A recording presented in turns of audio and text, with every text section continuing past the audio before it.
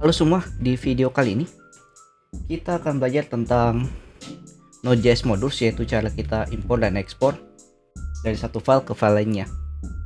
Pertama, di sini kita hapus saja codingan yang sudah kita buat kemarin.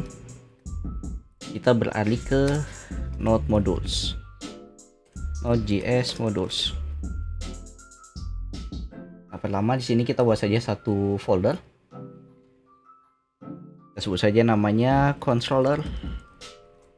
Dalam folder controller ini saya akan buat sebuah fungsi, contoh kalkulator controller.js. Nah, dimana nanti di sini kita atur fungsi-fungsinya yang nanti kita tinggal panggil di dalam index.js ini. Nah, pertama cara penggunaan dari modulnya, kita buat dulu sebuah fungsi kalkulator di dalam kalkulator controllernya ini. Caranya kita buat saja sebuah kelas OOP namanya kalkulator,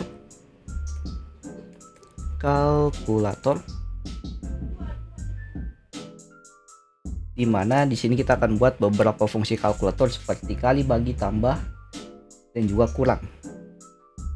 Pertama, tambah kita buat saja pakai static tambah, kemudian nilainya berapa parameter yang kita masukkan, kita buat saja A dan B atau 61 dan 62.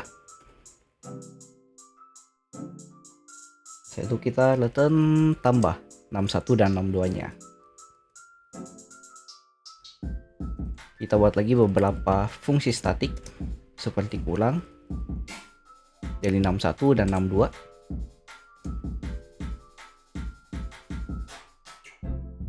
Kita return 61 kurang 62. Kita buat lagi statik, kemudian kali 61 dan 62.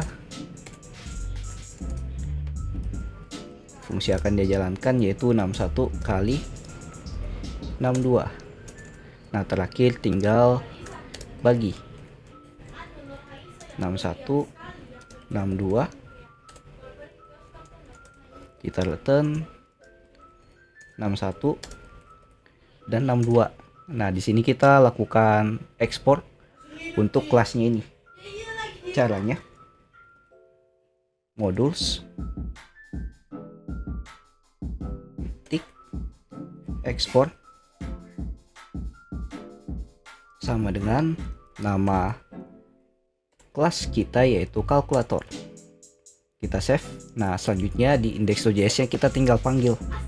Nah, sini cara pemanggilannya, mungkin kalau teman-teman yang pernah belajar front end JavaScript bisa menggunakan import, tapi di sini untuk Node.js kita bisa gunakan import juga sebenarnya kalau atau ada package yang kita install. Contohnya mungkin seperti Babel, kita bisa lakukan import dan ekspor. Nah, cuman di sini selain kita bisa gunakan import, kita bisa juga lakukan yang namanya require untuk pemanggilan filenya. Kita sebut saja sini require kalkulator sama dengan kita buat variabel kalkulator, kemudian require, kita panggil filenya. Nah, filenya itu dia berada di subfoldernya, yaitu masuk dulu ke folder controller. Habis itu nama filenya kalkulator controller. Karena dia masuk dulu ke sebuah folder, habis itu memanggil nama filenya kalkulator. Nah, di sini untuk pemanggilan filenya kita tidak perlu tambahkan .js karena dia otomatis manggilnya file JavaScript seperti ini. Selanjutnya kita coba jalankan satu persatu fungsinya. Kita console log saja. Kita jalankan fungsi kalkulator. Fungsi yaitu tambah dulu. Sini kita coba 2 tambah 2. Kemudian kita console log lagi. Kalkulator yaitu kurang. Kita buat di sini 2 kurang 2 juga. Selanjutnya kita console log lagi untuk 2 yaitu kali dan baginya. Kalkulator kali 2 kali 2, dan yang terakhir ya bagi. Konsol log kalkulator bagi 2,2. Jadi 2 bagi 2. Di sini kita coba tambah 2 kurang 2 kali 2 dan juga bagi 2. Kita coba jalankan filenya, ya jalan atau tidak. Sini tinggal node index.js. Nah, semuanya akan jalan. Nah, ini 2 tambah 2 4. Nah, 2 kurang 2 0. 2 kali 2 4. 2 bagi 2 2. Di sini kita juga bisa ganti ya nilainya. Contoh di sini 10. Sini 10 bagi 2. Maka nanti hasilnya di sini 4, di sini 0, di sini 20. 2 kali 10. Kemudian 10 bagi 2. Nah, ini 10 bagi 2-nya kayaknya ada yang salah karena di sini ternyata harusnya kita gunakan simbol bagi atau slash. Kita coba lagi. Nah, di sini tampil 5. Nah, ini cara kita untuk pemanggilan filenya ya. Di sini kita buat sebuah kelas yang nanti kita ekspor. Sebuah kelasnya. Nah, di belakang kelasnya ini terdapat beberapa fungsi, ada 4 fungsi yang nanti kita tinggal panggil di dalam index.js-nya, yaitu file yang menampung kelasnya tadi, dan kita tinggal panggil file kemudian fungsi statiknya, tambah, kurang, kali, dan bagi. Cara lainnya sebenarnya kita tidak perlu buat kelas seperti ini. Cara yang keduanya, nah ini kita hapus pembuatan kalkulator menggunakan cara yang kedua, yaitu kita ekspor masing-masing dari fungsinya. Di sini kita langsung ekspor saja, ekspor titik add. Nah, ini ekspornya pakai s terakhirnya. Di sini kita buat fungsi ab panah, fungsinya a tambah 2. Nah, ini untuk fungsi tambah, kemudian kali, bagi, dan satu lagi kurang. Sini kita ganti simbolnya, di sini a kurang b, sini a bagi b. Nah, ini a kali b. Nah, selanjutnya di sini untuk pemanggilan setiap fungsinya ini, karena kan di sini kita tidak buat satu ekspor tapi kita buat beberapa ekspor file ya, atau beberapa ekspor fungsinya. Nah, cara pemanggilannya sini kita komen saja yang di atas. Cara pemanggilannya kita bisa cons, kita bisa panggil satu persatu ya.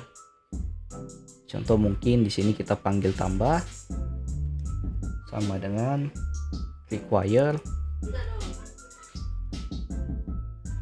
Kita panggil filenya di controller, kalkulator controller. Nah, di sini kita juga sebenarnya bisa panggil menggunakan destructuring, yaitu di sini kita bisa panggil langsung setiap fungsinya. Jadi seperti kurung kelawar seperti ini, kemudian panggil fungsi-fungsinya yang sudah kita ekspor di kalkulator controller. Sini bagi, kurang, dan juga kali. Nah, selanjutnya kita tinggal jalankan semua fungsi yang sudah kita ekspor ini. Tadi cara yang kedua.